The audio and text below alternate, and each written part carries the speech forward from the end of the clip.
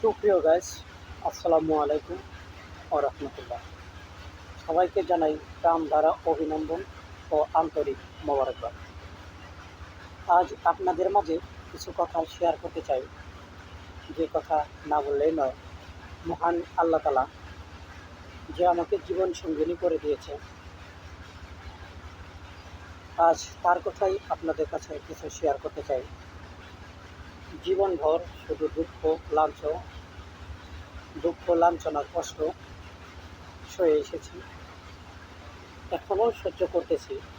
জানি না এই দুঃখ কষ্ট কখনো শেষ হবে কিনা, তাও জানি না। তো ভাই,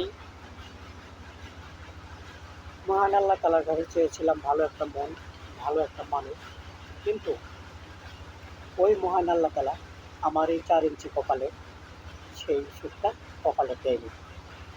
ছোটোবেলার থেকেই শুধু মানুষের লাঞ্ছনা, দুঃখ কষ্ট, বুক ভরা যন্ত্রণাই পেয়েছি, আর কিছুই পাইনি। তো আজ আমি যে কথাটা আপনাদের মাঝে বলতে চাই, সেই কথাটা হলো, রাতের পর রাত, দিনের পর দিন শ্রম দিয়ে এত কষ্ট করে টাকা কামাই করে টাকা বাড়িতে দিলে, আর সেটা মুহূর্তের ভিতরে চোখ পাল্টে ফেলে দেয় যে আমি নাকি কোনো টাকা পয়সা দিই না। তো ভাই, ও বলবে না তো কি বলবে? ও তো একটা সুদ, তো ও সুদের ব্যবসা করে, সুদের উপরে টাকা খাটায়। তো ভাই, যার ভিতরে সুদের নেশা ঢুকে গেছে, তার কাছে কোনো আপন পর নাই, তার কাছে কোনো ভালো মন্দ নাই, শুধু নিজের স্বার্থটাই বোঝে, আর কিছু বুঝবে না। আমার পার্শ্ববর্তী এলাকায় বন্ধু বান্ধব আত্মীয় স্বজন যারাই আছো, এবং কি আমাদের তিনটার বেরো বাড়ির ভিতরে, আমার মনে হয়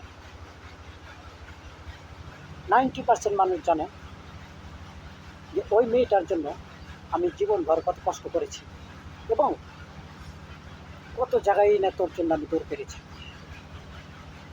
তারপরেও যখন তোর মন পেলাম না, তখন আর তোর দিকে তাকিয়ে আমার লাভ নেই।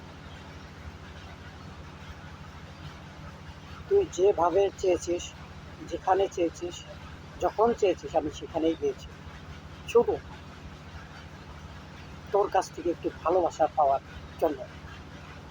কিন্তু সেইটা যখন তুই বুঝলি না, এখন মানুষের কাছে বলে বেড়াস আমি তোকে কোনো টাকা পয়সা দিই না।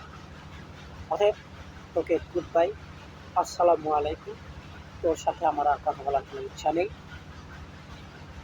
যেহেতু আমার বেটি আছে, আল্লাহ তাআলা আমাকে একটা মেয়ে এখন আছে, তো সেই মেয়ের ক্ষেত্রে যদি কোনো কথা বলার তোর প্রয়োজন হয়, তাহলে তুই তোর ফোন দিয়ে